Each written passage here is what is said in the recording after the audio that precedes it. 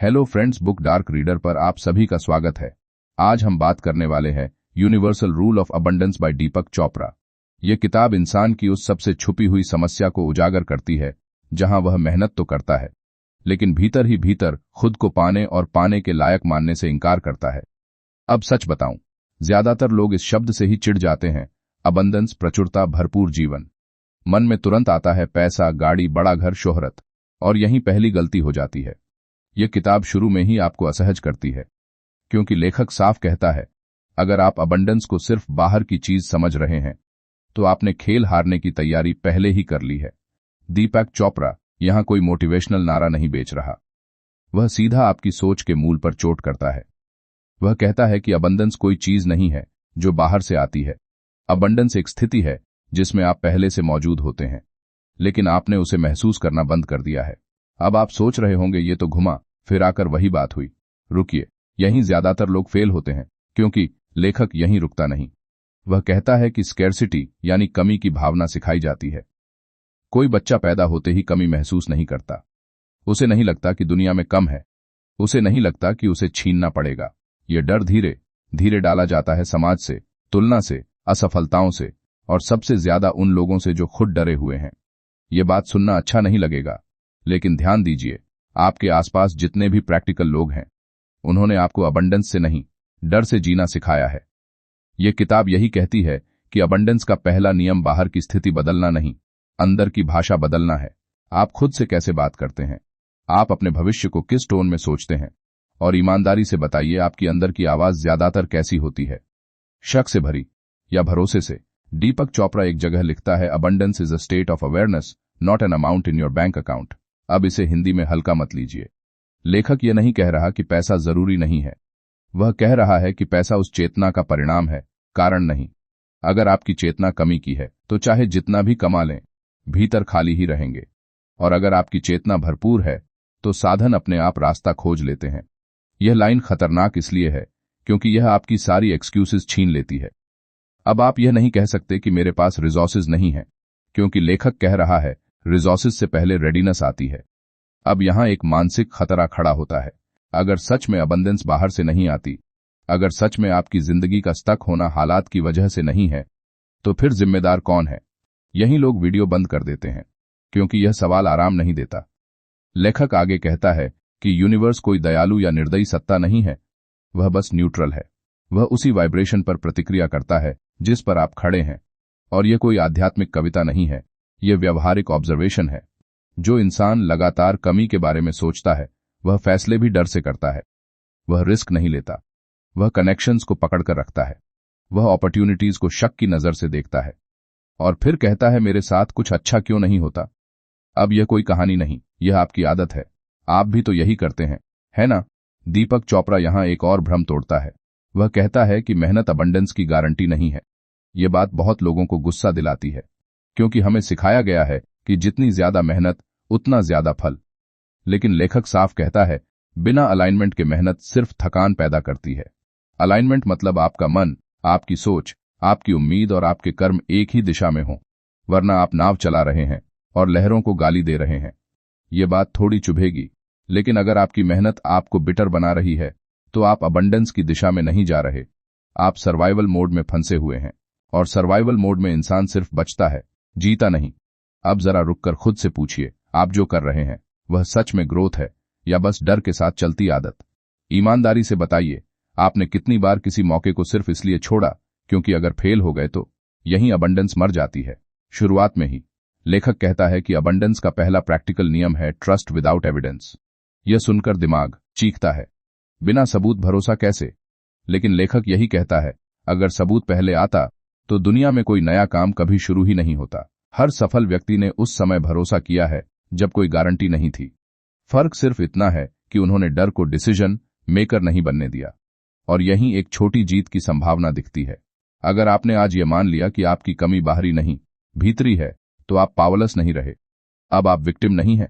अब बदलाव संभव है, लेकिन यह आसान नहीं है, क्योंकि अबंडेंस की सोच अपनाने का मतलब है अपने पुराने एक्सक्यूजेस को मरने देना। और यही असहज सच्चाई है जिस पर यह हिस्सा खत्म होता है। अगर आप अपनी जिंदगी में कमी देख रहे हैं तो सवाल यह नहीं है कि यूनिवर्स ने आपको कम क्यों दिया। सवाल यह है कि आपने खुद को कितना छोटा मान लिया है। और अगर आपने खुद को छोटा मान लिया है तो एक बात आपको सुननी ही पड़ेगी, असली लड़ाई अभी शुरू भी नहीं हुई है। आपने अगर पिछले हिस्से को सच में सुना है, सिर्फ पढ़ा नहीं है, तो अब आपके दिमाग में एक अजीब सी बेचैनी होनी चाहिए, एक हल्की सी घबराहट, क्योंकि अब कहानी बाहर की नहीं रही, अंदर घुस चुकी है। और दीपक चोपड़ा यहीं से असली दबाव बनाना शुरू करता है। वह अब अबंडेंस को कोई भावना या सोच भर नहीं रहने देता, वह उसे एक जिम्मेदारी बना देता है। और सच बताऊं, जिम्मेदारी से ज्यादा लोग किसी चीज से नहीं भागते। लेखक कहता है कि ज्यादातर लोग अबंडेंस नहीं चाहते, वे सिर्फ इनसिक्योरिटी से छुटकारा चाहते हैं।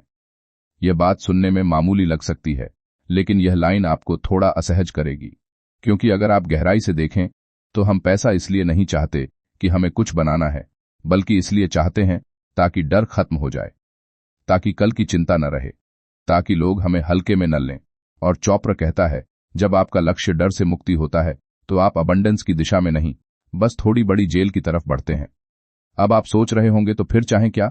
रुकिए, यहीं दिमाग बचने की कोशिश करता है। लेखक साफ करता है कि अबंडेंस का मतलब सुरक्षा नहीं है, सुरक्षा इल्यूजन है। जो आज सुरक्षित लगता है वही कल सबसे बड़ा जाल बन जाता है। नौकरी, रिश्ते, पहचान, सब। अबंडेंस का मतलब है फ्लो में रहना, बदलने की क्षमता, गिरने के बाद उठने का भरोसा। और यह भरोसा बाहर से नहीं आता, यह उस इंसान में होता है जिसने बार बार खुद को साबित किया हो कि मैं संभाल लूंगा। यह कोई कहानी नहीं, यह आपकी आदत है। आप भी तो यही करते हैं। आप स्थिरता के नाम पर ठहराव को पकड़कर बैठे हैं और फिर शिकायत करते हैं कि जिंदगी आगे क्यों नहीं बढ़ रही। दीपक चोपड़ा एक जगह लिखता है, attachment is the root of scarcity. अब जरा ठहरिए, यह लाइन खतरनाक है, क्योंकि हमें सिखाया गया है कि जो चीज मिल जाए उसे कसकर पकड़ लो, जो रिश्ता मिल जाए उसे किसी भी कीमत पर बचाओ, जो पहचान मिल जाए उससे चिपक जाओ। लेकिन लेखक कहता है, जैसे ही आप किसी चीज से अपनी पहचान जोड़ लेते हैं, आप अबंडेंस से कट जाते हैं, क्योंकि अब आप खोने से डरने लगते हैं। और डर में लिया गया कोई भी फैसला आपको छोटा करता है। यहां स्टेक्स साफ हैं। अगर आप अपने काम, अपने पैसे, अपने रिश्तों से चिपके हुए हैं, तो आप उन्हें खोने के डर से उन्हें बड़ा नहीं होने देंगे। आप रिस्क नहीं लेंगे, आप एक्सपेरिमेंट नहीं करेंगे, आप सेफ रहेंगे। और सेफ रहना अबंडेंस का सबसे बड़ा दुश्मन है। यह बात सुनना अच्छा नहीं लगेगा, लेकिन अबंडेंस के रास्ते पर चलने वाला इंसान कंफर्ट को सैक्रिफाइस करता है, डिसिप्लिन को नहीं।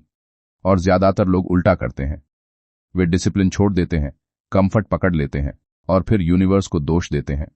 अब लेखक एक और भ्रम तोड़ता है। वह कहता है कि ग्रैटिट्यूड अबंडेंस का टूल नहीं है, फाउंडेशन है। लोग ग्रैटिट्यूड को ट्रिक की तरह इस्तेमाल करते हैं, चलो थैंकफुल बन जाते हैं ताकि ज्यादा मिल जाए। चोपड़ा यहां बहुत सीधा हो जाता है।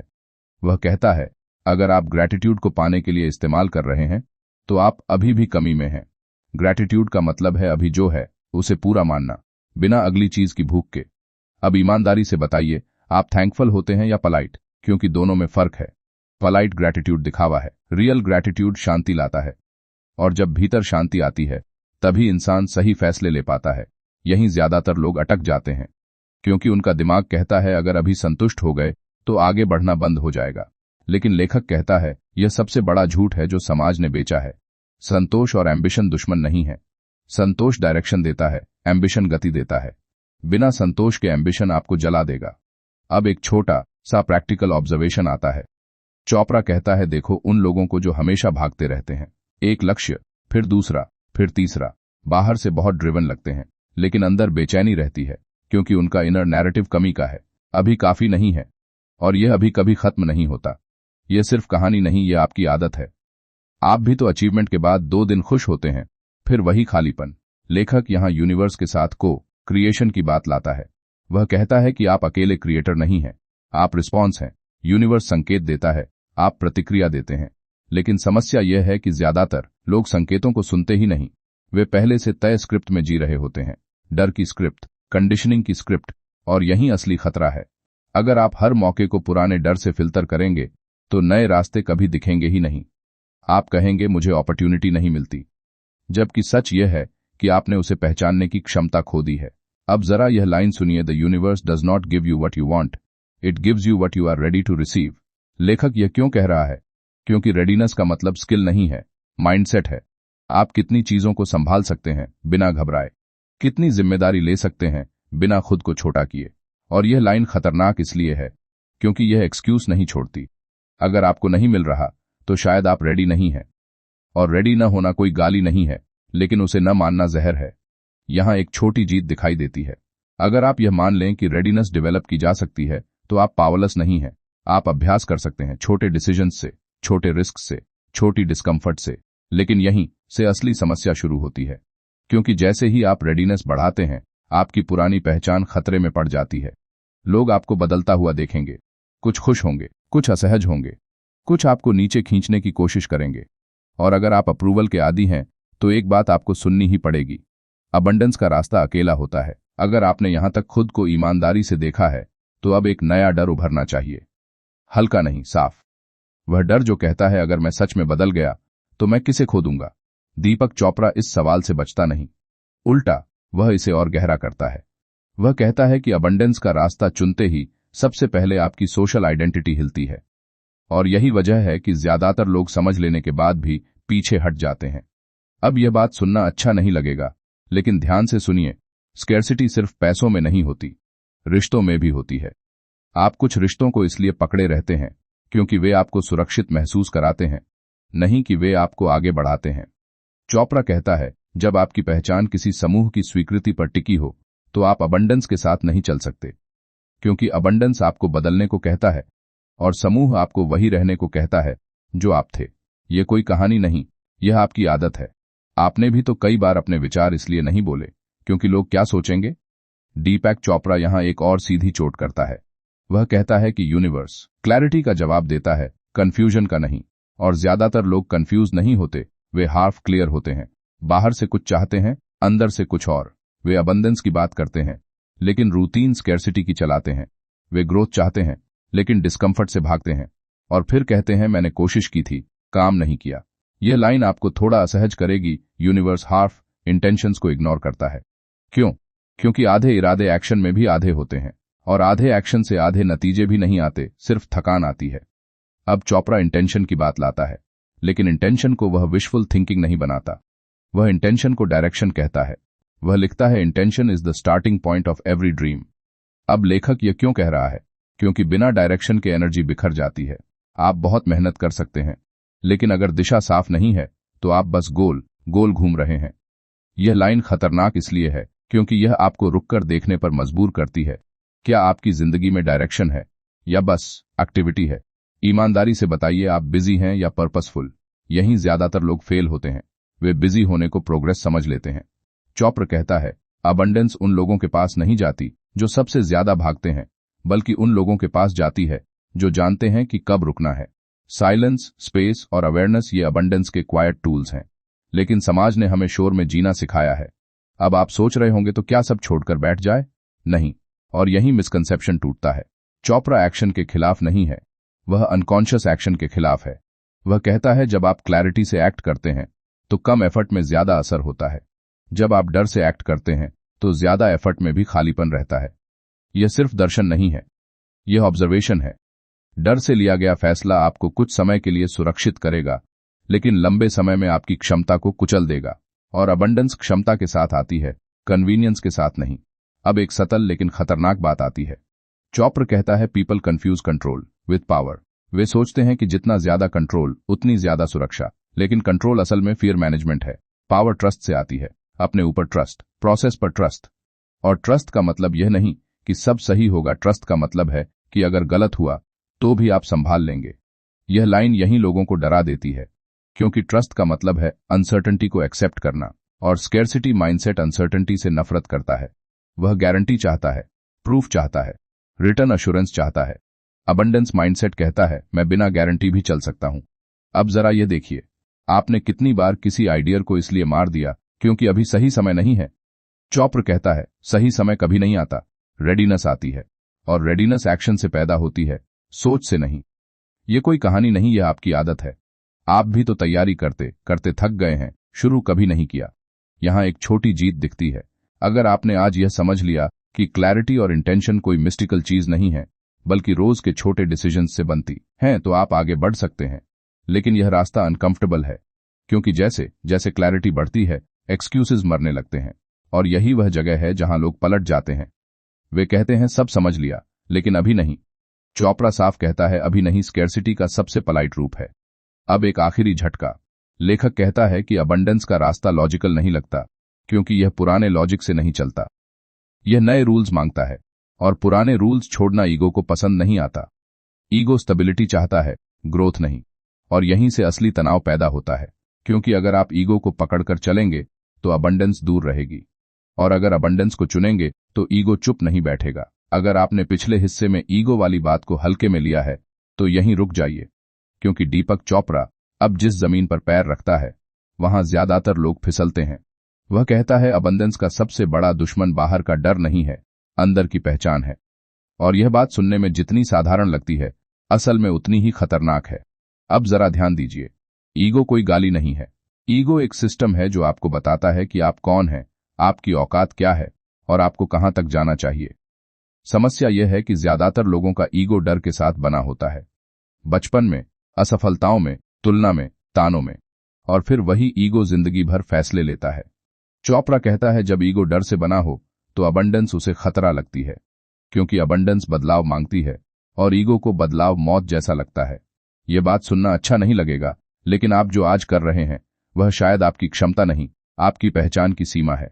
यह कोई कहानी नहीं, यह आपकी आदत है। लेखक एक जगह लिखता है, your self image is the ceiling of your abundance. अब इसे समझिए। लेखक यह क्यों कह रहा है? क्योंकि आप जितना खुद को मानते हैं उससे ज्यादा आप अलाउ ही नहीं करते।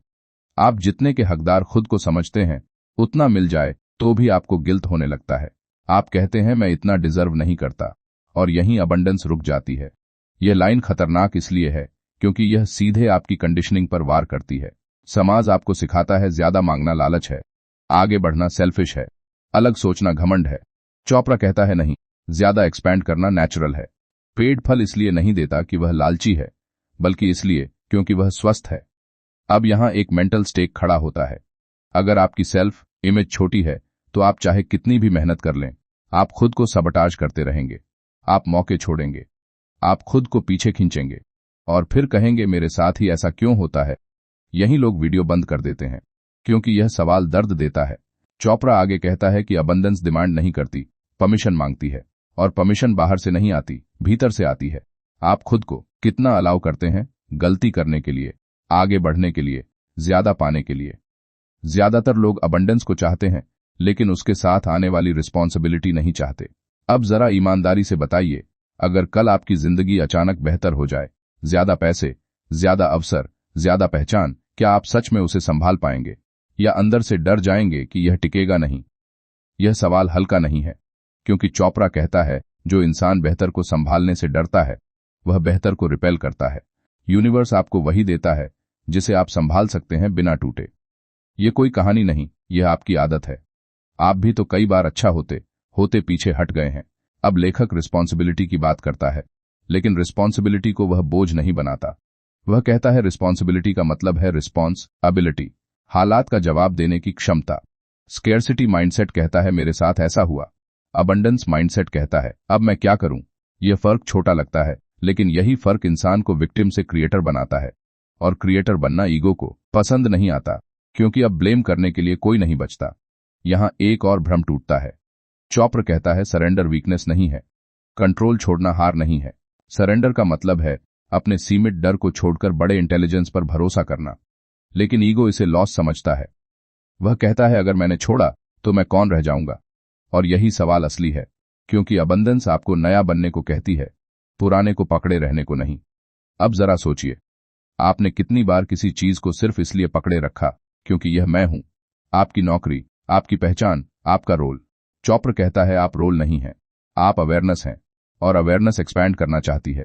यह लाइन खतरनाक इसलिए है क्योंकि अगर आप रोल नहीं हैं तो आप बदल सकते हैं, और बदलने की आजादी ईगो को डरा देती है। यहां एक छोटी जीत की झलक मिलती है। अगर आपने यह मान लिया कि आपकी पहचान पत्थर पर नहीं लिखी, तो आप उसे अपडेट कर सकते हैं, छोटे कदमों से, छोटे रिस्क से, लेकिन हर कदम पर ईगो आपको खींचेगा, और यहीं असली संघर्ष शुरू होता है। क्योंकि अबंडेंस बाहर से नहीं आएगी आपको बचाने, आपको खुद अपने पुराने वर्जन से लड़ना पड़ेगा। और अगर आपने यह लड़ाई शुरू कर दी तो एक बात आपको सुननी ही पड़ेगी, अब पीछे लौटना पहले जैसा आसान नहीं रहेगा। अगर अब तक आपको यह एहसास होने लगा है कि असली टकराव बाहर की दुनिया से नहीं, आपके भीतर हो रहा है, तो आप ठीक समझ रहे हैं। दीपक चोपड़ा इस बिंदु पर आकर किसी को दिलासा नहीं देता। वह उल्टा कहता है, अब एक्सक्यूजेस काम नहीं आएंगे, क्योंकि अब आपको पता चल चुका है कि अबंडेंस कोई इनाम नहीं है, यह आपकी अंदरूनी स्थिति का सीधा प्रतिबिंब है। और जो इंसान आईना देख चुका हो, वह अनदेखा करने का बहाना नहीं बना सकता। अब एक अनकंफर्टेबल सच्चाई। चोपड़ा कहता है, लोग अबंडेंस से नहीं डरते, वे अपनी इनर एम्प्टीनेस से डरते हैं, क्योंकि अबंडेंस आने पर वह एम्प्टीनेस छुप नहीं पाती। अभी जब आपके पास कम है, तो आप कह सकते हैं हालात खराब हैं, लेकिन जब सब कुछ ठीक होने लगे, तब भीतर की उलझनें सामने आती हैं। और ज्यादातर लोग इस कॉन्फ्रंटेशन से बचने के लिए ही खुद को छोटा रखते हैं। ये बात सुनना अच्छा नहीं लगेगा, लेकिन ध्यान दीजिए, स्कैर्सिटी कई बार प्रोटेक्शन होती है। यह कोई कहानी नहीं, यह आपकी आदत है। लेखक एक जगह लिखता है, most people do not really want abundance, they want relief from discomfort. लेखक यह क्यों कह रहा है? क्योंकि अबंडेंस के साथ क्लैरिटी आती है, और क्लैरिटी के साथ सवाल आते हैं, मैं क्या कर रहा हूं, मैं क्यों कर रहा हूं, और क्या यह सच में मेरा है? यह सवाल ईगो को चुभते हैं, इसलिए लोग सबकॉन्शियसली ऐसे हालात चुनते हैं जहां ये सवाल उठे ही नहीं। अब यहां मेंटल स्टेक साफ है। अगर आप अबंडेंस को सिर्फ कंफर्ट के लिए चाहते हैं, तो आप उसे सस्टेन नहीं कर पाएंगे। वह आएगी, हिलेगी और चली जाएगी, क्योंकि आपने उसका उपयोग ग्रोथ के लिए नहीं, एस्केप के लिए किया। दीपक चोपड़ा यहां डिसिप्लिन को नए तरीके से रीडिफाइन करता है। वह कहता है, डिसिप्लिन का मतलब खुद को सख्ती से कंट्रोल करना नहीं है। डिसिप्लिन का मतलब है खुद को साफ सुन पाना, रोज यह देख पाना कि आप किस जगह डर से चल रहे हैं और किस जगह ट्रूथ से। अब जरा खुद से पूछिए, आपने आखिरी बार कब अपने फैसले की जड़ देखी थी? सच बताऊं, ज्यादातर लोग आउटकम देखते हैं, प्रोसेस नहीं। वे कहते हैं गलत हो गया, लेकिन यह नहीं पूछते मैं किस भावना से चला था। यह कोई कहानी नहीं, यह आपकी आदत है। आप भी तो अक्सर फियर ड्रिवन डिसीजंस को लॉजिक का नाम देते हैं। चोपड़ा कहता है, जब तक आप अपने इमोशनल ट्रिगर्स को नहीं पहचानते, तब तक अबंडेंस अनस्टेबल रहती है, क्योंकि हर ट्रिगर आपको पुराने पैटर्न में खींच लेता है। एक आलोचना, एक असफलता, एक तुलना, और आप फिर वही छोटे वर्जन बन जाते हैं। अब यहां एक सतल लेकिन खतरनाक बात आती है। चोपड़ा कहता है, अवेयरनेस बिना जजमेंट के होनी चाहिए, क्योंकि जजमेंट खुद स्कैर्सिटी है। जब आप खुद को कोसते हैं, आप एनर्जी लीक करते हैं। अबंडेंस जजमेंट नहीं मांगती, रिस्पॉन्सिबिलिटी मांगती है। यह लाइन खतरनाक इसलिए है क्योंकि यह सेल्फ पिटी और सेल्फ क्रिटिसिज्म दोनों को बेनकाब करती है। दोनों ही एक ही सिक्के के दो पहलू हैं, दोनों ही ईगो के टूल्स हैं। अब आप सोच रहे होंगे, तो गलती पर प्रतिक्रिया कैसी हो? चोपड़ा कहता है, क्यूरियोसिटी। मैंने यह क्यों किया, बिना खुद को बुरा ठहराए। यह छोटा बदलाव है, लेकिन यहीं ग्रोथ शुरू होती है। यह सिर्फ दर्शन नहीं, यह प्रैक्टिकल है। जो इंसान गलती को सीख में बदलता है, वही अबंडेंस को संभाल पाता है। जो गलती को पहचान बना लेता है, वह वहीं अटक जाता है। यहां एक छोटी जीत दिखती है। अगर आप अपने पैटर्न्स को पहचानना शुरू कर दें, तो आप उन्हें तोड़ सकते हैं। लेकिन यह आसान नहीं है, क्योंकि पैटर्न आपको परिचित लगते हैं, चाहे वे दर्दनाक क्यों न हो। और यहीं एक और असहज सच्चाई आती है। चोपड़ा कहता है, familiarity feels safe even when it hurts. लोग दर्द में इसलिए रहते हैं क्योंकि वह जाना पहचाना होता है। अबंडेंस अजनबी होती है, और अजनबी चीजें ईगो को डरा देती हैं। यह कोई कहानी नहीं, यह आपकी आदत है। आप भी तो कई बार जानते हुए भी वही करते हैं जो आपको पीछे रखता है। अब यहां टेंशन बढ़ता है, क्योंकि अगर आपने यह मान लिया कि आपकी सफरिंग में आपकी पार्टिसिपेशन है, तो ब्लेम का खेल खत्म हो जाता है। अब बदलाव टालना मुश्किल हो जाता है, और यही वह जगह है जहां ज्यादातर लोग रुक जाते हैं। वे कहते हैं, मैं समझ गया, लेकिन बदलते नहीं। चोपड़ा इसे स्पिरिचुअल बाईपास कहता है, समझ का इस्तेमाल न बदलने के बहाने के रूप में करना। यह लाइन खतरनाक इसलिए है क्योंकि यह सीधे आपकी ईमानदारी पर सवाल उठाती है, और यहीं यह हिस्सा आपको बेचैन छोड़ता है। क्योंकि अगर आप समझते हैं लेकिन बदलते नहीं, तो सवाल यह नहीं है कि आप नहीं जानते, सवाल यह है कि आप किससे डर रहे हैं। अगर आपको अब यह महसूस होने लगा है कि असली लड़ाई जानकारी की नहीं, ईमानदारी की है, तो आप बिल्कुल सही जगह पर हैं। दीपक चोपड़ा इस मोड पर आकर पाठक को कोई नया सिद्धांत नहीं देता, वह एक आईना पकड़ देता है, और आईना हमेशा अनकंफर्टेबल होता है। वह कहता है, अबंडेंस का रास्ता तब तक नहीं खुलता जब तक आप अपनी अनकॉन्शियस आदतों को कॉन्शियस नहीं बनाते। और यहीं ज्यादातर लोग हार मान लेते हैं, क्योंकि आदतें बदलना सुनने में आसान और करने में डरावना होता है। अब एक कड़वी सच्चाई। चोपड़ा कहता है, लोग सोचते हैं कि वे कॉन्शियस डिसीजंस ले रहे हैं, जबकि हकीकत यह है कि ज्यादातर फैसले ऑटो पायलट पर होते हैं। पुरानी कंडीशनिंग, पुराने डर, पुरानी यादें वही स्टीयरिंग व्हील पकड़े रहती हैं। आप बस सफर में बैठे होते हैं और कहते हैं मैंने चुना। ये बात सुनना अच्छा नहीं लगेगा, लेकिन अगर आपके फैसले हर बार आपको उसी जगह ले जाते हैं तो शायद चूजर आप नहीं हैं। ये कोई कहानी नहीं, यह आपकी आदत है। लेखक एक जगह लिखता है unconscious patterns create conscious limitations. अब इसे समझिए, लेखक यह क्यों कह रहा है? क्योंकि जब तक पैटर्न छुपा है आप उसे डेस्टिनी समझते रहते हैं। आप कहते हैं मेरे साथ हमेशा ऐसा ही होता है। चोप्रा कहता है नहीं, यह हमेशा नहीं है, यह बार बार है, और बार बार वही होता है जिसे आपने कभी क्वेश्चन ही नहीं किया। यह लाइन खतरनाक इसलिए है क्योंकि यह आपको विक्टिम के रोल से बाहर खींचती है। अब आप यह नहीं कह सकते कि मेरी किस्मत ऐसी है। अब आपको पूछना पड़ेगा मैं क्या दोहरा रहा हूं। यही मेंटल स्टेक और गहरा हो जाता है। अगर सच में आपकी आदतें आपकी जिंदगी चला रही हैं तो अबंडेंस का रास्ता किसी मंत्र से नहीं खुलेगा। उसे रोज की छोटी चॉइसेस से बनाना पड़ेगा, और छोटी चॉइसेस पर ईगो सबसे ज्यादा रिएक्ट करता है क्योंकि वही उसकी पावर का मैदान है। चोप्रा यहां अवेयरनेस को एक अभ्यास की तरह पेश करता है, कोई एक दिन की रियलाइजेशन की तरह नहीं। वह कहता है दिन में कई बार रुकिए और पूछिए यह निर्णय डर से आ रहा है या विस्तार से। यह सवाल छोटा है लेकिन जवाब अक्सर आपको चुप करा देता है। अब जरा ईमानदारी से बताइए आपने कितनी बार डर से लिया गया फैसला बाद में प्रैक्टिकल कहकर जस्टिफाई किया है। यह लाइन आपको थोड़ा असहज करेगी। यह सिर्फ दर्शन नहीं है। चोप्रा कहता है डर से लिया गया हर फैसला अबंडेंस को डिले करता है। कभी कभी बहुत धीरे, कभी साफ साफ, लेकिन असर हमेशा पड़ता है। आप सोचते हैं बस इस बार सेफ खेल लेते हैं, लेकिन यह इस बार धीरे धीरे आदत बन जाता है। यह कोई कहानी नहीं, यह आपकी आदत है। अब चोप्रा एक और इल्यूजन तोड़ता है। वह कहता है people wait for confidence before action, लेकिन कॉन्फिडेंस एक्शन के बाद आता है, पहले नहीं। जो इंसान कॉन्फिडेंस का इंतजार करता है वह कभी शुरू नहीं करता। अबंडेंस स्टार्टर्स को पसंद करती है, वेटर्स को नहीं। यह बात सुनकर मन में रेजिस्टेंस आएगा, बिना कॉन्फिडेंस कैसे? चोप्रा का जवाब सीधा है, ट्रेम्बलिंग कॉन्फिडेंस भी मूवमेंट है, जीरो कॉन्फिडेंस स्टैग्नेशन है। यूनिवर्स मूवमेंट का जवाब देता है, परफेक्शन का नहीं। यह लाइन खतरनाक इसलिए है क्योंकि यह आपकी प्रोक्रास्टिनेशन को बेनकाब करती है। अब थोड़ा और सोच लेते हैं, मासूम नहीं लगता। यहां एक छोटी जीत की संभावना दिखती है। अगर आप सिर्फ एक जगह आज डर के बावजूद कदम बढ़ा दें तो पैटर्न टूट सकता है, लेकिन यह एक बार का काम नहीं है क्योंकि पैटर्न वापस आने की कोशिश करेगा। वह कहेगा देखा, डर सही था। और यही डिसिप्लिन की असली परीक्षा होती है। चोप्रा कहता है डिसिप्लिन कंसिस्टेंसी का नाम नहीं, अवेयरनेस की वापसी का नाम है। हर बार जब आप भटकें खुद को वापस लाना, बिना गुस्से के, बिना शर्म के। अब एक और असहज सच्चाई। चोप्रा कहता है शेम अबंडेंस का साइलेंट किलर है। जब आप खुद से शर्मिंदा होते हैं आप एक्सपैंड नहीं कर सकते। शर्म आपको सिकोड़ती है, और ज्यादातर लोग अपनी असफलताओं से नहीं, अपनी शर्म से रुके हुए हैं। यह कोई कहानी नहीं, यह आपकी आदत है। आप भी तो कई बार खुद को आगे बढ़ने से इसलिए रोकते हैं क्योंकि लोग क्या सोचेंगे। यहां टेंशन और बढ़ता है क्योंकि अगर शर्म ही रुकावट है तो अबंडेंस पाने का मतलब होगा खुद को एक्सेप्ट करना, फ्लॉज के साथ, और ईगो इसे कमजोरी समझता है। लेकिन चोप्रा कहता है एक्सेप्टेंस रेजिग्नेशन नहीं है, एक्सेप्टेंस स्टार्टिंग पॉइंट है। आप वही बदल सकते हैं जिसे आप देखने की हिम्मत रखते हैं, और यहीं यह हिस्सा आपको अधूरा छोड़ देता है। क्योंकि अगर आपकी सबसे बड़ी रुकावट आपकी ही अनदेखी आदतें हैं तो सवाल यह नहीं है कि यूनिवर्स आपको कब देगा, सवाल यह है कि आप कब जागेंगे। अगर अब आपके भीतर हलचल बढ़ रही है तो यह संयोग नहीं है। दीपक चोप्रा इस बिंदु पर आकर आपको आराम नहीं देता, वह आपकी नींद छीनता है।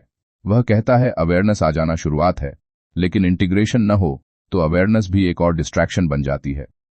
और यहीं ज्यादातर लोग खुद को धोखा दे देते हैं। वे कहते हैं अब तो मुझे समझ आ गया, और फिर वही पुरानी जिंदगी जीने लगते हैं। यह बात सुनना अच्छा नहीं लगेगा, लेकिन समझ आ जाना बदलने का प्रमाण नहीं है। अब जरा ठहर कर सोचिए, आपने कितनी बार कोई किताब, कोई वीडियो, कोई विचार सुनकर सोचा है वाह क्या बात है, और फिर कुछ दिनों बाद सब वैसा ही। चोप्रा इसे स्पिरिचुअल एंटरटेनमेंट कहता है, दिमाग को अच्छा लगने वाला ज्ञान जो जीवन को छूता ही नहीं। वह कहता है अगर ज्ञान आपको असहज नहीं कर रहा तो वह आपको बदल भी नहीं रहा। यह कोई कहानी नहीं, यह आपकी आदत है। लेखक एक जगह लिखता है awareness without action is just another form of escape. लेखक यह क्यों कह रहा है? क्योंकि एक्शन के बिना अवेयरनेस ईगो को एक नया मुखौटा दे देती है। अब ईगो कहता है मैं तो जागरूक हूं, और उसी जागरूकता के पीछे छुपकर बदलाव से बचता है। यह लाइन खतरनाक इसलिए है क्योंकि यह आपकी सारी सेल्फ कंग्रेचुलेशन को बेकार कर देती है। अब यहां मेंटल स्टेक और गहरा हो जाता है। अगर आप जानते हैं फिर भी नहीं बदलते तो नुकसान दोगुना होता है, क्योंकि अब अज्ञान का बहाना भी नहीं बचता। चोपड़ा कहता है अनकॉन्शियस व्यक्ति गलती करता है, कॉन्शियस व्यक्ति गलती दोहराता है, और दोहराई गई गलती चॉइस बन जाती है। यह बात सुनना अच्छा नहीं लगेगा, लेकिन चॉइस के साथ रिस्पॉन्सिबिलिटी आती है। अब चोपड़ा इंटीग्रेशन की बात करता है। इंटीग्रेशन का मतलब है जो आप समझते हैं वही आप जीते हैं। सोच, बोल और कर्म के बीच गैप खत्म करना। स्केर्सिटी माइंडसेट इसी गैप में पलता है। आप कुछ और जानते हैं, कुछ और करते हैं, और यह अंदर से आपको तोड़ता है। अब जरा खुद से पूछिए, आपकी जिंदगी में सबसे बड़ा गैप कहाँ है? जो आप कहते हैं और जो आप करते हैं उनके बीच। यह कोई कहानी नहीं, यह आपकी आदत है। चोपड़ा यहां एम्बॉडीमेंट की बात लाता है। वह कहता है अबंडेंस कोई कॉन्सेप्ट नहीं है जिसे आप याद रखें, अबंडेंस एक एनर्जी है जिसे आप एम्बॉडी करते हैं। आप जिस तरह से चलते हैं, बोलते हैं, सुनते हैं, इंतजार करते हैं, हर जगह अबंडेंस या स्केर्सिटी झलकती है। यह लाइन आपको थोड़ा असहज करेगी। लोग आपकी बातों से नहीं, आपकी एनर्जी से रिस्पॉन्ड करते हैं। अगर भीतर कमी है तो बाहर अवसर भी शक से भरे मिलेंगे। अब यहां एक और भ्रम टूटता है। चोपड़ा कहता है अबंडेंस पासिव नहीं है। बहुत लोग सोचते हैं कि फ्लो में रहना मतलब कुछ न करना। नहीं, फ्लो का मतलब है सही समय पर पूरा एक्शन, बिना ओवरथिंकिंग के, बिना खुद को रोकने के। स्केर्सिटी ओवरथिंक्स करती है, अबंडेंस रिस्पॉन्स करती है। यह फर्क छोटा लगता है, लेकिन यही फर्क मौके पैदा करता है। ओवरथिंकिंग आपको फ्यूचर में फेंक देती है, रिस्पॉन्स आपको प्रेजेंट में रखता है। और चोपड़ा कहता है अबंडेंस सिर्फ प्रेजेंट में काम करती है। पास्ट गिल्ट और फ्यूचर एंग्जाइटी दोनों स्केर्सिटी के प्लेग्राउंड हैं। यह कोई कहानी नहीं, यह आपकी आदत है। आप भी तो प्रेजेंट में कम, चिंता में ज्यादा रहते हैं। यहां एक छोटी जीत की झलक मिलती है। अगर आप एक भी ऐसा दिन जी लें जहां आपका रिस्पॉन्स डर से नहीं, क्लैरिटी से आए, तो आप फर्क महसूस करेंगे। लेकिन ईगो यहीं रिएक्ट करेगा। वह कहेगा इतना आसान कैसे, और फिर डाउट डालेगा। अब चोपड़ा एक और सीधी चोट करता है। वह कहता है डाउट भी एक एडिक्शन है, क्योंकि डाउट आपको डिसीजन से बचाता है। जब तक आप डाउट में हैं, आप जिम्मेदार नहीं हैं। अबंडेंस डिसीजन मांगती है, डाउट सेफ्टी देता है। यह लाइन खतरनाक इसलिए है क्योंकि यह आपकी इंडिसीजन को उजागर करती है। अब सोच रहा हूं इनोसेंट नहीं लगता। यहां टेंशन और बढ़ती है, क्योंकि अगर डाउट छोड़ना है तो आपको स्टैंड लेना पड़ेगा। और स्टैंड लेने का मतलब है गलत होने की संभावना स्वीकार करना। और यहीं ज्यादातर लोग पीछे हट जाते हैं। वे कहते हैं गलत हुआ तो। चोपड़ा का जवाब सीधा है, गलत होगा, और उससे आप सीखेंगे। लेकिन अगर आपने स्टैंड ही नहीं लिया तो आप कभी जान ही नहीं पाएंगे कि आप क्या संभाल सकते थे। और यहीं यह हिस्सा आपको बेचैन छोड़ देता है, क्योंकि अगर अबंडेंस डिसीजन मांगती है और आप अभी भी टाल रहे हैं, तो सवाल यह नहीं है कि रास्ता कहां है, सवाल यह है कि आप किससे बच रहे हैं। अगर आपको अब यह एहसास होने लगा है कि सबसे भारी बोझ बाहर की समस्याएं नहीं, अंदर की टालमटोल है, तो दीपक चोपड़ा आपको अगले स्तर पर ले आता है। अब वह अवेयरनेस, इंटेंशन और एक्शन के बाद एक और परत खोलता है, सरेंडर की। और यहीं ज्यादातर लोग पीछे हट जाते हैं, क्योंकि सरेंडर शब्द सुनते ही दिमाग हार मानने की तस्वीर बना लेता है। लेकिन यह बात सुनना अच्छा नहीं लगेगा। चोपड़ा के लिए सरेंडर कमजोरी नहीं, मैच्योरिटी है। अब जरा रुकिए, आपने सरेंडर को हमेशा किस तरह समझा है? छोड़ देना, मान लेना, हार जाना। चोपड़ा इसे पूरी तरह उलट देता है। वह कहता है सरेंडर का मतलब है कंट्रोल छोड़ना, रिस्पॉन्सिबिलिटी नहीं। आप दिशा चुनते हैं, लेकिन हर मोड को माइक्रोमैनेज नहीं करते। स्केर्सिटी हर चीज को पकड़कर रखना चाहती है। अबंडेंस भरोसा करती है कि फ्लो आपको वहीं ले जाएगा जहां आपकी ग्रोथ हो। यह कोई कहानी नहीं, यह आपकी आदत है। आप भी तो हर चीज पर कंट्रोल चाहते हैं, और फिर कहते हैं कि जिंदगी भारी क्यों लगती है। लेखक एक जगह लिखता है, surrender is the act of trusting the unknown. लेखक यह क्यों कह रहा है? क्योंकि अननोन से डर ईगो को लगता है। ईगो को मैप चाहिए, गारंटी चाहिए, सर्टेनिटी चाहिए। लेकिन चोपड़ा कहता है सर्टेनिटी ग्रोथ की कब्र है। अगर सब पहले से तय हो तो नया क्या बचेगा? यह लाइन खतरनाक इसलिए है क्योंकि यह आपकी प्लानिंग एडिक्शन को एक्सपोज करती है। आप सोचते हैं कि आप स्मार्ट हैं क्योंकि आपने हर स्टेप प्लान किया है, लेकिन असल में आप खुद को अनसर्टेनिटी से बचा रहे हैं। अबंडेंस अनसर्टेनिटी में ही शेप लेती है। अब यहां मेंटल स्टेक और गहरा हो जाता है। अगर आप हर चीज को कंट्रोल करना चाहते हैं तो आप यूनिवर्स को सहयोगी नहीं, नौकर बना रहे हैं। और यूनिवर्स नौकर नहीं बनता, वह सहयोगी बनता है जब आप भी फ्लेक्सिबिलिटी दिखाते हैं। यह बात सुनना अच्छा नहीं लगेगा, लेकिन रिजिडिटी स्केर्सिटी का क्लियर साइन है। चोपड़ा यहां ट्रस्ट को रिडिफाइन करता है। ट्रस्ट का मतलब यह नहीं कि कुछ गलत नहीं होगा। ट्रस्ट का मतलब है गलत हुआ तो भी मैं टूटूंगा नहीं। यह अंदर की स्ट्रेंथ है, बाहर की व्यवस्था नहीं। अब ईमानदारी से बताइए, आप किस चीज को इतना कसकर पकड़े हुए हैं कि छोड़ने का नाम सुनते ही घबराहट हो जाती है? आपकी पहचान, आपकी योजना, आपका कंट्रोल। ये कोई कहानी नहीं, यह आपकी आदत है। अब चोपड़ा एक सतल लेकिन पावरफुल ऑब्जर्वेशन करता है। वह कहता है जब आप सरेंडर करते हैं तब आपकी परसेप्शन बदलती है। आप वही चीजें देख पाते हैं जो पहले दिखती नहीं थीं। स्कैर्सिटी टनल विजन बनाती है, अबंडेंस पेरिफेरल विजन देती है। आप सिर्फ सामने नहीं देखते, आप संभावनाएं देखते हैं। यह फर्क सुनने में छोटा है लेकिन असर गहरा है, क्योंकि अपॉर्चुनिटीज अक्सर वहीं छुपी होती हैं जहां कंट्रोल छोड़ दिया गया हो। अब यहां एक छोटी जीत की झलक मिलती है।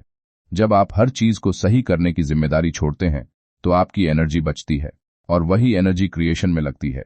चोपड़ा कहता है क्रिएशन एफर्ट से नहीं, ओपननेस से होती है। यह लाइन खतरनाक इसलिए है क्योंकि यह आपकी हसल आइडेंटिटी को चुनौती देती है। आपने खुद को थकान से जोड़ा हुआ है, मैं थक गया हूं को बैज ऑफ ऑनर बना लिया है। चोपड़ा कहता है एग्जॉस्शन अबंडेंस का प्रूफ नहीं है। अब जरा सोचिए, आपने कितनी बार आराम को गिल्ट की तरह महसूस किया है, जैसे कुछ गलत कर रहे हों। चोपड़ा कहता है गिल्ट रिलैक्सेशन को सबताज करता है और सबताज क्रिएटिविटी को मारता है। स्कैर्सिटी आराम में भी डर घुसेड़ देती है। यह कोई कहानी नहीं, यह आपकी आदत है। अब चोपड़ा यहां पेशेंस की बात करता है, लेकिन पेशेंस को वह इंतजार नहीं बनाता। वह कहता है पेशेंस एक्टिव स्टेट है। आप लगे रहते हैं लेकिन बेचैनी के बिना। आप काम करते हैं लेकिन टाइमलाइन से चिपके नहीं रहते। स्कैर्सिटी हर चीज को जल्दी चाहती है, अबंडेंस टाइमिंग का सम्मान करती है। यह बात सुनना अच्छा नहीं लगेगा, लेकिन इम्पेशंस ईगो का टैंट्रम है। मुझे अभी चाहिए। चोपड़ा कहता है जो इंसान टाइमिंग को फोर्स करता है वह अक्सर खुद को चोट पहुंचाता है। यहां टेंशन और बढ़ती है, क्योंकि अगर आपको टाइमिंग पर भरोसा करना है तो कंपैरिजन छोड़ना पड़ेगा, और कंपैरिजन स्कैर्सिटी का सबसे मीठा जहर है। आप दूसरों की घड़ी देखकर अपनी घड़ी को गलत मान लेते हैं। चोपड़ा कहता है हर जीवन का अपना रिदम होता है। आप किसी और की गति उधार लेकर अपना रास्ता नहीं चला सकते, और यहीं यह हिस्सा आपको बेचैन छोड़ता है। क्योंकि अगर सच में सरेंडर का मतलब है कंट्रोल छोड़ना, तो सवाल यह नहीं है कि आप क्या पकड़ रहे हैं, सवाल यह है कि आप छोड़ने से इतना डर क्यों रहे हैं। अगर अब आपके भीतर यह सवाल उठ रहा है कि अगर मैंने कंट्रोल छोड़ दिया तो मैं खो कहां जाऊंगा, तो दीपक चोपड़ा ठीक वहीं आपको पकड़ता है। वह कहता है सरेंडर के बाद जो सबसे बड़ा डर आता है वह है आइडेंटिटी लॉस का डर।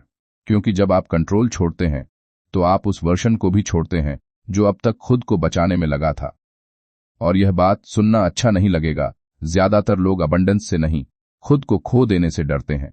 अब जरा ईमानदारी से सोचिए, आप खुद को कैसे पहचानते हैं? मेहनती इंसान, प्रैक्टिकल इंसान, जिम्मेदार इंसान, सैक्रिफाइस करने वाला इंसान। चोपड़ा कहता है इन लेबल्स ने आपको मजबूत नहीं बनाया, इन्होंने आपको प्रिडिक्टेबल बना दिया है, और प्रिडिक्टेबिलिटी यूनिवर्स को बोरिंग लगती है। अबंडेंस नावल्टी में आती है, रेपिटेशन में नहीं। यह कोई कहानी नहीं, यह आपकी आदत है। लेखक एक जगह लिखता है identity is the most subtle form of attachment. लेखक यह क्यों कह रहा है? क्योंकि आप चीजों से ही नहीं, अपने इमेज से भी चिपके रहते हैं। मैं ऐसा ही हूं, यह वाक्य जितना इनोसेंट लगता है उतना ही खतरनाक है, क्योंकि इसके बाद ग्रोथ की कोई जगह नहीं बचती। यह लाइन खतरनाक इसलिए है क्योंकि यह आपके कंफर्ट को चैलेंज करती है। अब यहां मेंटल स्टेक साफ है। अगर आप अपनी पहचान से चिपके रहेंगे तो आप वही जीवन जीते रहेंगे जो उस पहचान के हिसाब से पॉसिबल है, और अबंडेंस अक्सर उस दायरे से बाहर होती है।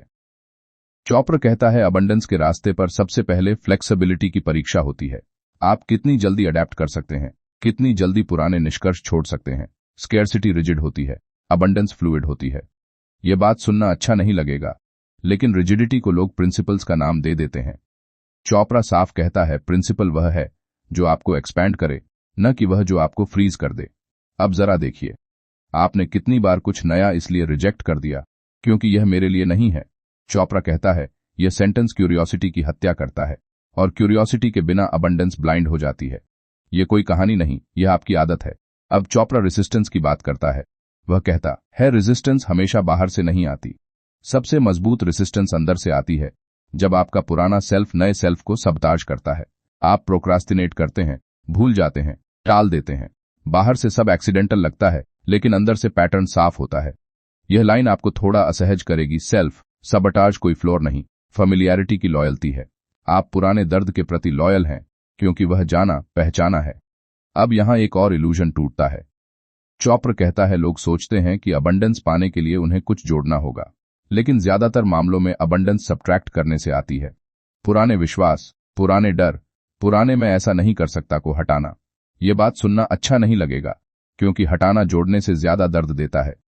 जोड़ने में ईगो को क्रेडिट मिलता है, हटाने में ईगो को मरना पड़ता है। ये कोई कहानी नहीं, ये आपकी आदत है। यहां एक छोटी जीत दिखती है। अगर आप सिर्फ एक बिलीफ को आज क्वेश्चन कर लें, बस एक, तो आपकी इनर रिजिडिटी में दरार आ सकती है, और उसी दरार से नई संभावना आती है। चोपड़ा कहता है cracks are where the light enters, लेकिन ईगो क्रैक्स से डरता है, क्योंकि वह कंट्रोल खो देता है। अब टेंशन और बढ़ती है, क्योंकि जैसे ही आप अपनी पहचान ढीली करते हैं, लोग असहज होने लगते हैं। वे कहते हैं तुम बदल गए हो। चोपड़ा कहता है यह क्रिटिसिज्म नहीं है, यह कॉन्फर्मेशन है। आप वही नहीं रह रहे जो उन्हें कंफर्टेबल बनाता था। यह लाइन खतरनाक इसलिए है क्योंकि यह अप्रूवल एडिक्शन को एक्सपोज करती है। अगर आपको सबका अप्रूवल चाहिए तो अबंडेंस दूर रहेगी, क्योंकि अबंडेंस इंडिविडुअलिटी मांगती है। अब जरा रुककर सोचिए, आपने कितनी बार खुद को छोटा रखा ताकि कोई नाराज न हो। चोपड़ा कहता है यह काइंडनेस नहीं है, यह फियर है, और फियर जेनरोसिटी नहीं, स्कैर्सिटी पैदा करता है। यह कोई कहानी नहीं, यह आपकी आदत है। यहां एक असहज सच्चाई सामने आती है। चोपड़ा कहता है अबंडेंस का रास्ता सोशल वैलिडेशन से होकर नहीं जाता, वह इनर अलाइनमेंट से होकर जाता है, और अलाइनमेंट अक्सर अकेला महसूस कराता है। और यहीं यह हिस्सा आपको बेचैन छोड़ देता है, क्योंकि अगर आपको आगे बढ़ना है तो शायद आपको वह वर्षन छोड़ना पड़ेगा जिसे सब पहचानते हैं। और यह सवाल टालना अब मुश्किल हो गया है, आप किस पहचान को पकड़े हुए हैं और क्यों? अगर अब आपके भीतर एक अजीब सी थकान और स्पष्टता साथ साथ चल रही है, तो यही वह जगह है जहां दीपक चोपड़ा चाहता है कि आप रुकें। वह कहता है आइडेंटिटी ढीली पड़ते ही इंसान एक खाली जगह महसूस करता है, और ज्यादातर लोग इसी एम्प्टीनेस से घबरा जाते हैं, क्योंकि जहां पहचान नहीं होती वहां सर्टेनिटी भी नहीं होती। ये बात सुनना अच्छा नहीं लगेगा, लेकिन अबंडेंस उसी खाली जगह से पैदा होती है जिससे आप भागते रहे हैं। अब जरा ठहरिए, आपने एम्प्टीनेस को हमेशा किस तरह देखा है? कुछ न होने की स्थिति, बेकार समय। चोपड़ा इसे उलट देता है। वह कहता है एम्प्टीनेस लैक नहीं है, पोटेंशियल है। यह वह जगह है जहां पुराने पैटर्न्स काम नहीं करते और नए अभी बने नहीं हैं। स्केर्सिटी इस फेज को डेंजर समझती है, अबंडेंस इसे इंक्यूबेशन कहती है। यह कोई कहानी नहीं, यह आपकी आदत है। आप भी तो जैसे ही जीवन में खालीपन आता है उसे तुरंत भरने की कोशिश करते हैं, शोर से, काम से, लोगों से। लेखक एक जगह लिखता है in the gap between thoughts lies infinite possibility. लेखक यह क्यों कह रहा है? क्योंकि गैप ही वह जगह है जहां कंडीशनिंग थोड़ी ढीली पड़ती है। जब दिमाग लगातार कहानी नहीं सुना रहा होता, तभी नई दिशा उभर सकती है। यह लाइन खतरनाक इसलिए है क्योंकि यह आपको रुकने को कहती है, और रुकना ईगो को सबसे ज्यादा डराता है। अब यहां मेंटल स्टेक साफ है। अगर आप इस गैप में टिक नहीं पाए तो आप फिर पुराने पैटर्न्स में लौट जाएंगे। आप वही काम करेंगे, वही सोचेंगे, वही नतीजे पाएंगे। अबंडेंस गैप में इनवाइट करती है, लेकिन जोर नहीं डालती। चोपड़ा यहां स्टिलनेस की बात करता है। स्टिलनेस को वह इनएक्टिविटी नहीं बनाता। वह कहता है स्टिलनेस अवेयरनेस की स्थिति है, जब आप रिएक्ट नहीं कर रहे होते, सिर्फ देख रहे होते हैं। स्कैर्सिटी रिएक्ट करती है, अबंडेंस ऑब्जर्व्स करती है। यह बात सुनना अच्छा नहीं लगेगा, लेकिन आपकी ज्यादातर समस्याएं रिएक्शन से पैदा होती हैं, रिस्पॉन्स से नहीं। चोपड़ा कहता है रिएक्शन पुराने सेल्फ की भाषा है, रिस्पॉन्स नए सेल्फ की। यह कोई कहानी नहीं, यह आपकी आदत है। अब चोपड़ा अटेंशन की बात लाता है। वह कहता है जहां आपका ध्यान जाता है वहीं आपकी एनर्जी जाती है, और एनर्जी जहां जाती है वही बढ़ता है। यह कोई मोटिवेशनल लाइन नहीं है, यह प्रैक्टिकल रियलिटी है। अगर आपका ध्यान लगातार समस्याओं पर है तो समस्या का आकार बढ़ता है। अगर ध्यान पॉसिबिलिटीज पर है तो रास्ते दिखने लगते हैं। यह लाइन खतरनाक इसलिए है क्योंकि यह शिकायत को एक्सपोज करती है। शिकायत अटेंशन का मिसयूज है, और स्कैर्सिटी शिकायत में आराम ढूंढती है। अब जरा ईमानदारी से बताइए, आप दिन में कितनी बार शिकायत करते हैं? बाहर से नहीं, अंदर ही अंदर। चोपड़ा कहता है इंटरनल कंप्लेंट भी एनर्जी लीक है, और एनर्जी लीक के साथ अबंडेंस नहीं टिकती। यह कोई कहानी नहीं, यह आपकी आदत है। यहां एक छोटी जीत दिखाई देती है। अगर आप सिर्फ एक दिन के लिए शिकायत से खुद को रोक लें तो आपको दिखेगा कि आपकी एनर्जी कैसे बदलती है। लेकिन यह आसान नहीं है, क्योंकि शिकायत ईगो को आइडेंटिटी देती है, मैं सही हूं, दुनिया गलत है। अब चोपड़ा प्रेजेंस की बात करता है। प्रेजेंस का मतलब है अभी पूरी तरह मौजूद होना, न अगले कदम में, न पिछले पछतावे में। अबंडेंस प्रेजेंस में काम करती है, स्कैर्सिटी समय में भटकती है। यह बात सुनना अच्छा नहीं लगेगा, लेकिन मल्टीटास्किंग अबंडेंस का टूल नहीं है। चोपड़ा कहता है स्कैटर्ड अटेंशन स्कैटर्ड रिजल्ट्स देता है, फोकस अबंडेंस का क्वाइट एलाय है। अब यहां टेंशन बढ़ती है, क्योंकि फोकस का मतलब है बहुत कुछ छोड़ना, हर चीज पर ध्यान नहीं देना, और छोड़ना ईगो को फिर डराता है। ये कोई कहानी नहीं, ये आपकी आदत है। चोपड़ा एक और सटल ऑब्जर्वेशन देता है। वह कहता है जब आप प्रेजेंस में होते हैं तो सिंक्रोनिसिटी बढ़ती है। सही लोग, सही विचार, सही मौके जैसे खुद चलकर आते हैं। लेकिन यह तभी होता है जब आप गैप में टिकने का साहस दिखाते हैं। और यहीं यह हिस्सा आपको बेचैन छोड़ देता है। क्योंकि अगर अबंडेंस गैप में जन्म लेती है और आप हर गैप को भर देते हैं, तो सवाल यह नहीं है कि आपको क्यों नहीं मिल रहा, सवाल यह है कि आप किससे बच रहे हैं। अगर अब आपको यह लगने लगा है कि सबसे कठिन काम कुछ करना नहीं बल्कि कुछ न करना है, तो आप बिल्कुल उस जगह खड़े हैं जहां दीपक चोपड़ा चाहता है कि आप खुद को देखें। वह कहता है प्रेजेंस समझ में आ जाना आसान है, उसमें टिके रहना मुश्किल। क्योंकि जैसे ही आप रुकते हैं, मन पुराने शोर को वापस खींच लाता है। पुरानी चिंता, पुराना डर, पुरानी जल्दबाजी। और यहीं अबंडेंस की सबसे चुप लेकिन सबसे कठोर परीक्षा होती है। अब जरा ईमानदारी से सुनिए। चोपड़ा कहता है लोग सोचते हैं कि वे प्रेजेंट में नहीं रह पाते क्योंकि जिंदगी तेज है। सच यह है कि वे प्रेजेंट में नहीं रहना चाहते क्योंकि प्रेजेंट में बहाने नहीं होते। पास्ट में आप पछतावा कर सकते हैं, फ्यूचर में आप उम्मीद टाल सकते हैं। प्रेजेंट में सिर्फ एक सवाल होता है, अभी मैं क्या कर रहा हूं? और यह सवाल ईगो को असहज करता है। यह कोई कहानी नहीं, यह आपकी आदत है। लेखक एक जगह लिखता है the present moment is the doorway to abundance. लेखक यह क्यों कह रहा है? क्योंकि प्रेजेंट में ही एक्शन होता है, क्लैरिटी होती है, चॉइस होती है। पास्ट और फ्यूचर दोनों इमेजिन्ड हैं, लेकिन स्केर्सिटी इन्हीं इमेजिन जगहों में रहती है। अबंडेंस को कल्पना नहीं चाहिए, उसे उपस्थिति चाहिए। यह लाइन खतरनाक इसलिए है क्योंकि यह आपकी टालमटोल को उजागर करती है। अब आप यह नहीं कह सकते कि अभी समय सही नहीं है, अभी ही समय है। और यही बात डराती है। अब यहां मेंटल स्टेक और साफ हो जाता है। अगर अबंडेंस प्रेजेंट में है और आप प्रेजेंट से भाग रहे हैं, तो आप खुद ही दरवाजा बंद कर रहे हैं, कोई बाहर से आकर नहीं खोलेगा। चोपड़ा यहां चॉइस की बात करता है। वह कहता है हर पल आप चुन रहे होते हैं, भले ही आपको लगे कि आप बस रिएक्ट कर रहे हैं। रिएक्शन भी चॉइस है, बस unconscious choice. Abundance conscious choice से आती है। यह बात सुनना अच्छा नहीं लगेगा, लेकिन अनकॉन्शियस जीवन आरामदायक लगता है क्योंकि उसमें रिस्पॉन्सिबिलिटी कम लगती है। चोपड़ा कहता है रिस्पॉन्सिबिलिटी का मतलब बोझ नहीं है, ओनरशिप है। और ओनशिप ईगो को डरा देती है क्योंकि अब ब्लेम करने के लिए कोई नहीं बचता। यह कोई कहानी नहीं, यह आपकी आदत है। अब चोपड़ा हैबिट्स को नए एंगल से देखता है। वह कहता है हैबिट्स सिर्फ बिहेवियर नहीं है, हैबिट्स आपकी पहचान को रोज रिएनफोर्स करती हैं। आप जो रोज करते हैं वही धीरे धीरे बन जाते हैं। अबंडेंस कोई बड़ा लीप नहीं है, यह छोटे अलाइंड एक्शंस का जमा होना है। यह लाइन खतरनाक इसलिए है क्योंकि यह शॉर्टकट्स की उम्मीद तोड़ देती है। अब एक दिन सब बदल जाएगा जैसी सोच चाइल्डिश लगने लगती है। अब जरा खुद से पूछिए, आपका आज का दिन कैसा था? वही है ना जो कल था? चोपड़ा कहता है अगर दिन नहीं बदल रहे तो जीवन भी नहीं बदलेगा। अबंडेंस फ्यूचर में नहीं बनती, वह आज के चॉइसेस से बनती है। यह कोई कहानी नहीं, यह आपकी आदत है। यहां एक सतल लेकिन गहरी बात आती है। चोपड़ा कहता है कंसिस्टेंसी अबंडेंस का साधन नहीं, परिणाम है। पहले अलाइनमेंट आता है, फिर कंसिस्टेंसी अपने आप आती है। ज्यादातर लोग उल्टा करते हैं, वे जबरदस्ती कंसिस्टेंसी बनाते हैं बिना अलाइनमेंट के, और फिर बर्नआउट होता है। यह बात सुनना अच्छा नहीं लगेगा, लेकिन बर्नआउट मेहनत का नहीं, गलत दिशा का संकेत है। अबंडेंस आपको थकाती नहीं, वह आपको विस्तृत करती है। अब यहां एक छोटी जीत दिखती है। अगर आप अपने दिन में सिर्फ एक अलाइंड एक्शन जोड़ दें जो डर से नहीं, क्लैरिटी से आए, तो मोमेंटम बदल सकता है।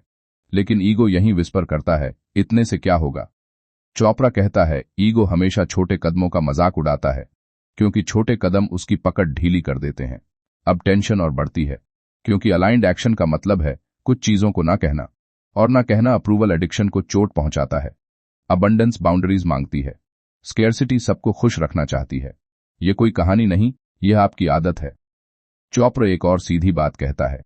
वह कहता है जब आप अपने समय और ऊर्जा की रक्षा नहीं करते तो यूनिवर्स भी उन्हें गंभीरता से नहीं लेता।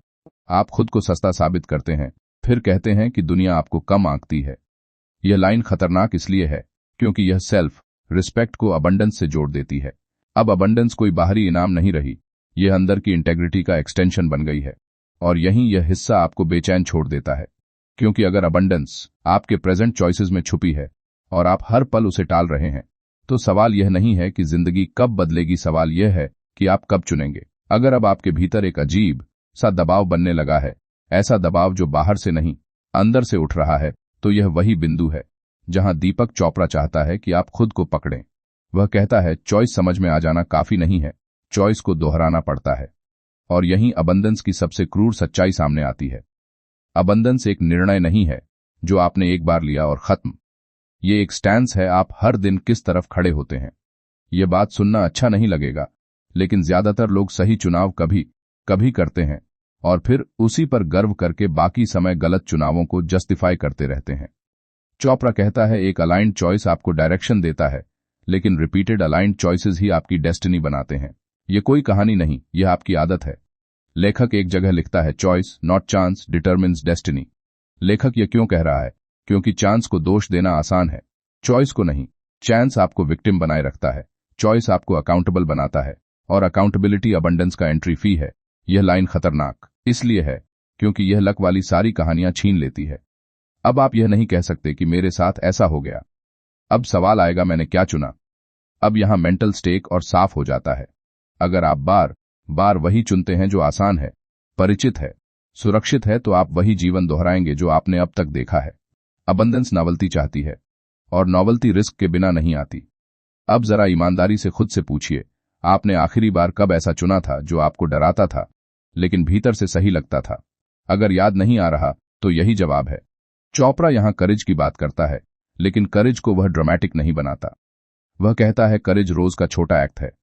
उस कॉल को करना जिसे आप टाल रहे हैं, उस सच को बोलना जिसे आप निगल रहे हैं, उस आदत को छोड़ना जो आपको छोटा रखती है। अबंडेंस इन्हीं छोटे एक्ट से बिल्ड होती है। ये कोई कहानी नहीं, यह आपकी आदत है। अब चोपड़ा एक और इल्यूजन तोड़ता है। वह कहता है लोग सोचते हैं कि डर खत्म होगा, फिर वे कदम उठाएंगे। नहीं, कदम उठाने से डर छोटा होता है।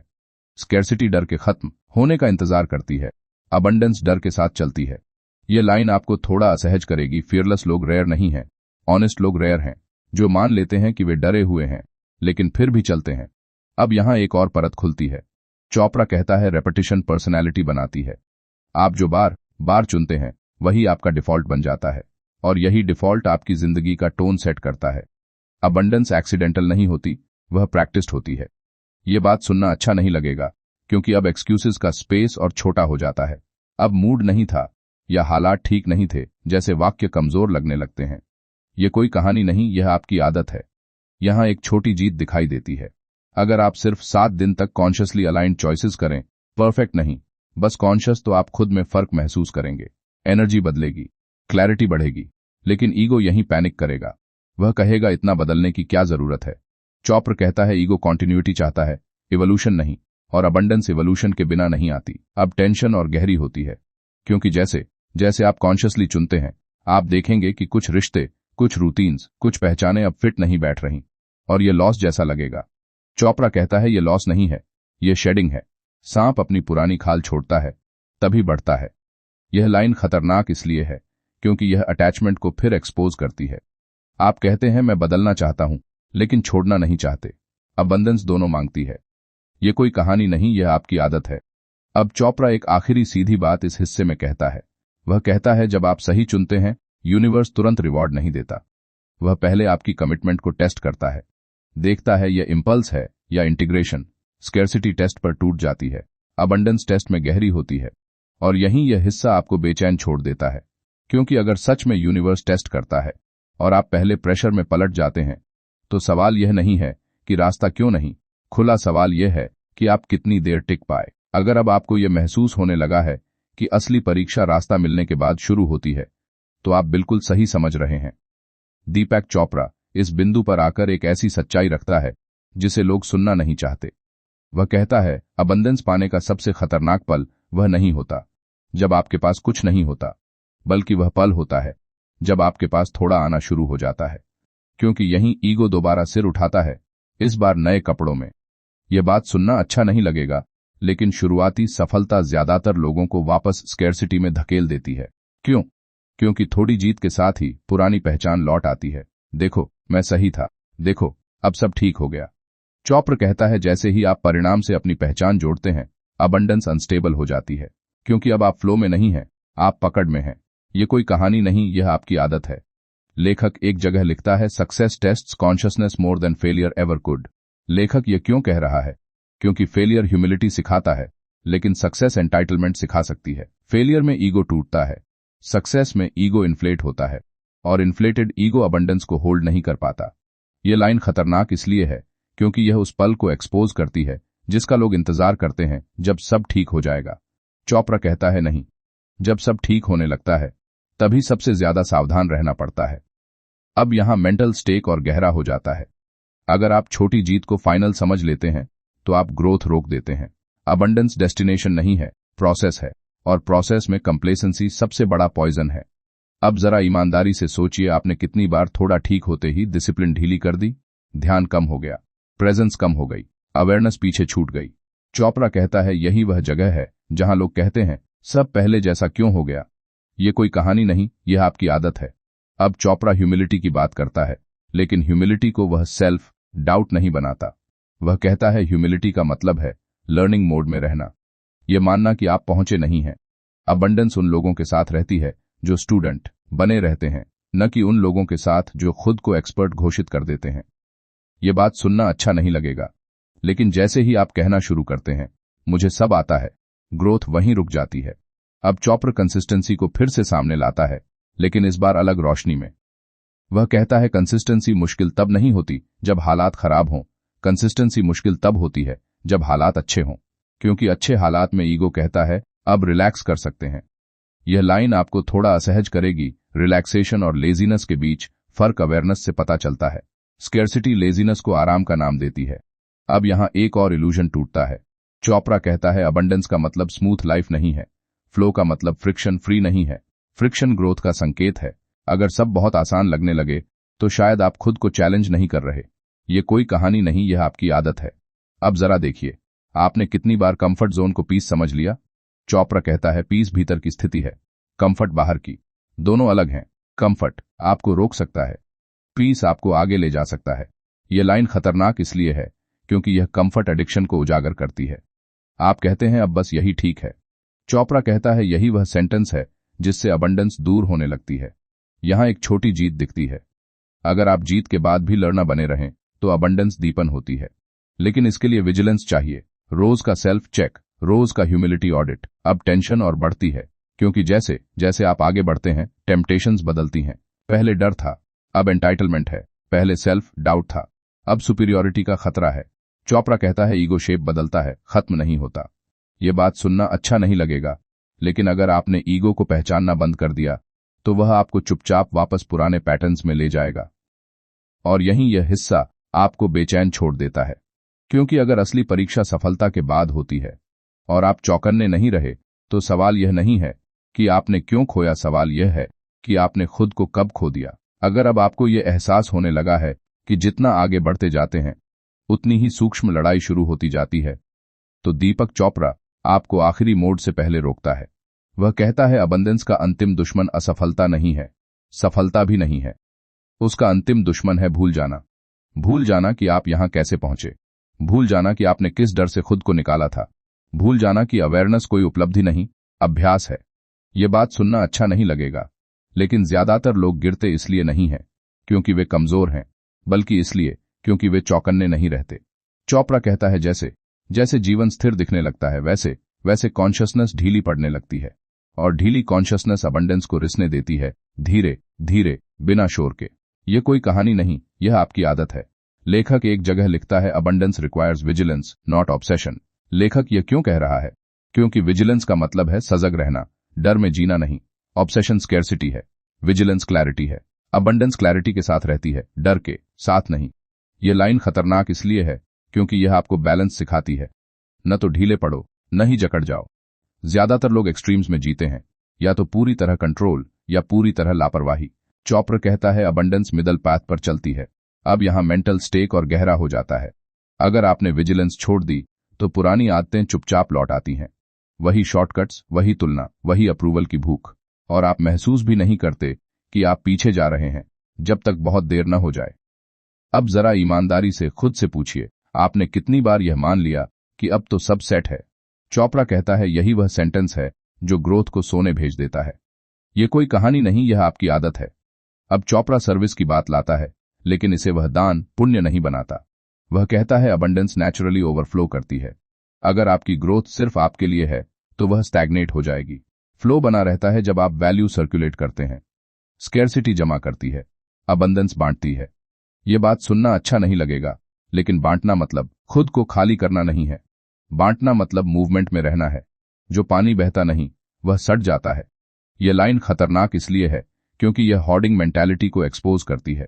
आप सोचते हैं पहले मेरे लिए काफी हो जाए। चोपड़ा कहता है काफी कभी नहीं आता अगर फ्लो नहीं है। अब यहां एक और सतल सच्चाई आती है। चोपड़ा कहता है गिविंग स्ट्रैटेजी नहीं होनी चाहिए। जैसे ही आप देने को टैक्टिक बनाते हैं, ईगो वापस आ जाता है। अबंडेंस कैलकुलेशन से नहीं, अलाइनमेंट से बढ़ती है। ये कोई कहानी नहीं, यह आपकी आदत है। अब जरा देखिए, आपने कितनी बार मदद इसलिए रोकी क्योंकि मुझे क्या मिलेगा। चोपड़ा कहता है यह सवाल स्कैर्सिटी का सिग्नेचर है। अबंडेंस पूछती है यह बहाव में है या नहीं। यहां एक छोटी जीत दिखती है। जब आप बिना एजेंडर के वैल्यू देते हैं, आपकी इनर स्टेट बदलती है। आप कम डरे हुए होते हैं, ज्यादा ग्राउंडेड होते हैं, और यही स्टेट अपॉर्चुनिटीज को अट्रैक्ट करती है। अब टेंशन फिर बदलता है, क्योंकि जैसे ही आप देने लगते हैं, कुछ लोग लेने लगते हैं। चोपड़ा यहां बाउंड्रीज की बात करता है। वह कहता है अबंडेंस नाइव नहीं होती। बाउंड्रीज क्लैरिटी से बनती हैं, गिल्ट से नहीं। आप दे सकते हैं, लेकिन खुद को खोकर नहीं। ये बात सुनना अच्छा नहीं लगेगा, लेकिन गिल्ट ड्रिवन गिविंग भी स्कैर्सिटी है। अबंडेंस क्लीन होती है, साफ हाँ साफ ना। ये कोई कहानी नहीं, यह आपकी आदत है। अब चोपड़ा एक आखिरी प्रेपरेशन इस हिस्से में करता है। वह कहता है अबंडेंस का मचूर स्टेज क्वायत होता है। कोई शोर नहीं, कोई प्रूव करने की जरूरत नहीं। आप कुछ बनते नहीं, आप बस होते हैं। ईगो इसे बोरिंग समझता है। स्कैर्सिटी को ड्रामा चाहिए।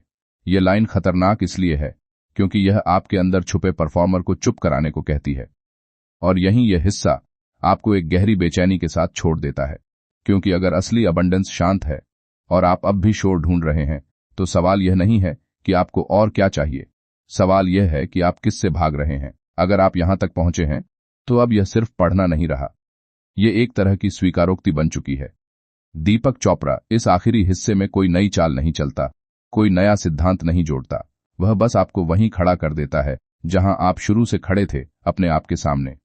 फर्क सिर्फ इतना है कि अब आप देख रहे हैं, और देख पाना ही आखिरी दरवाजा है। अब यह बात सुनना अच्छा नहीं लगेगा, लेकिन अबंडेंस कभी मिल नहीं जाती। वह पहचानी जाती है।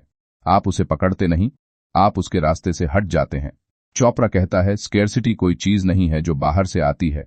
वह स्थिति है जब आप खुद के रास्ते में खड़े हो जाते हैं, और अबंडेंस तब बहती है जब आप हटते हैं। लेखक एक जगह लिखता है, abundance is your natural state when you stop interfering. लेखक यह क्यों कह रहा है? क्योंकि ज्यादातर इंटरफियरेंस डर से आता है, जल्दी करने से, साबित करने से, कंट्रोल करने से। आप सोचते हैं कि आप जिंदगी चला रहे हैं, जबकि असल में आप उसे जकड़ रहे होते हैं। यह लाइन खतरनाक इसलिए है क्योंकि यह कंट्रोल को वर्चू मानने वाली पूरी सोच को गिरा देती है। अब यहां आखिरी मेंटल स्टेक खड़ा होता है। अगर अबंडेंस आपकी नेचुरल स्टेट है और फिर भी आप उसे नहीं जी रहे, तो सवाल बाहर नहीं है। सवाल यह है आप कहां दखल दे रहे हैं, कहां आप बहाव रोक रहे हैं। यह कोई कहानी नहीं, यह आपकी आदत है। चोपड़ा यहां एफर्ट को पूरी तरह खारिज नहीं करता, लेकिन वह उसे सही जगह पर रख देता है। वह कहता है एफर्ट रेसिस्टेंस के खिलाफ लगता है, फ्लो के खिलाफ नहीं। जब आप सही दिशा में होते हैं, एफर्ट भारी नहीं लगता। जब आप गलत दिशा में होते हैं, एफर्ट थका देता है। अबंडेंस अलाइनमेंट की थकान नहीं होती। यह बात सुनना अच्छा नहीं लगेगा, लेकिन अगर आपकी जिंदगी आपको लगातार थका रही है, तो शायद आप अबंडेंस के रास्ते पर नहीं हैं, चाहे बाहर से सब ठीक दिखे। अब चोपड़ा एक आखिरी भ्रम तोड़ता है। वह कहता है अबंडेंस फ्यूचर गोल नहीं है, जब यह हो जाएगा तब मैं जीऊंगा। नहीं, वह कहता है जिस दिन आप शर्तें हटाते हैं, उसी दिन अबंडेंस शुरू हो जाती है। अभी, इसी क्षण, बिना किसी प्रमाण के। यह लाइन आपको थोड़ा असहज करेगी। शर्तें ईगो की आखिरी चाल हैं। अगर ऐसा हो जाए, तब अबंडेंस कहती है अब। यह कोई कहानी नहीं, यह आपकी आदत है। यहां कोई बड़ी जीत का जश्न नहीं है। चोपड़ा कहता है मैच्योरिटी में फायरवर्क्स नहीं होते, वहां सादगी होती है, स्पष्टता होती है। आप दूसरों से तुलना नहीं करते, आप खुद से लड़ते नहीं। आप काम करते हैं, लेकिन खुद को साबित करने के लिए नहीं। अब जरा आखिरी बार खुद से पूछिए, अगर आपको किसी को कुछ साबित नहीं करना हो, तो आप क्या करेंगे?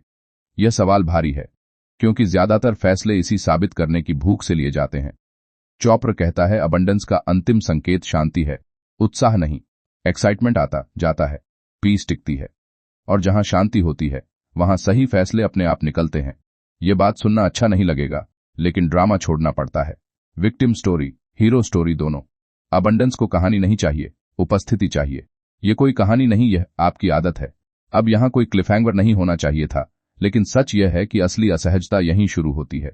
क्योंकि अगर आपने यह सब पढ़ लिया, समझ लिया, महसूस भी कर लिया और फिर भी आप वैसे ही जीते रहे, तो सवाल यह नहीं है कि यह काम क्यों नहीं किया। सवाल यह है कि आप खुद से कितनी देर तक भागते रहेंगे।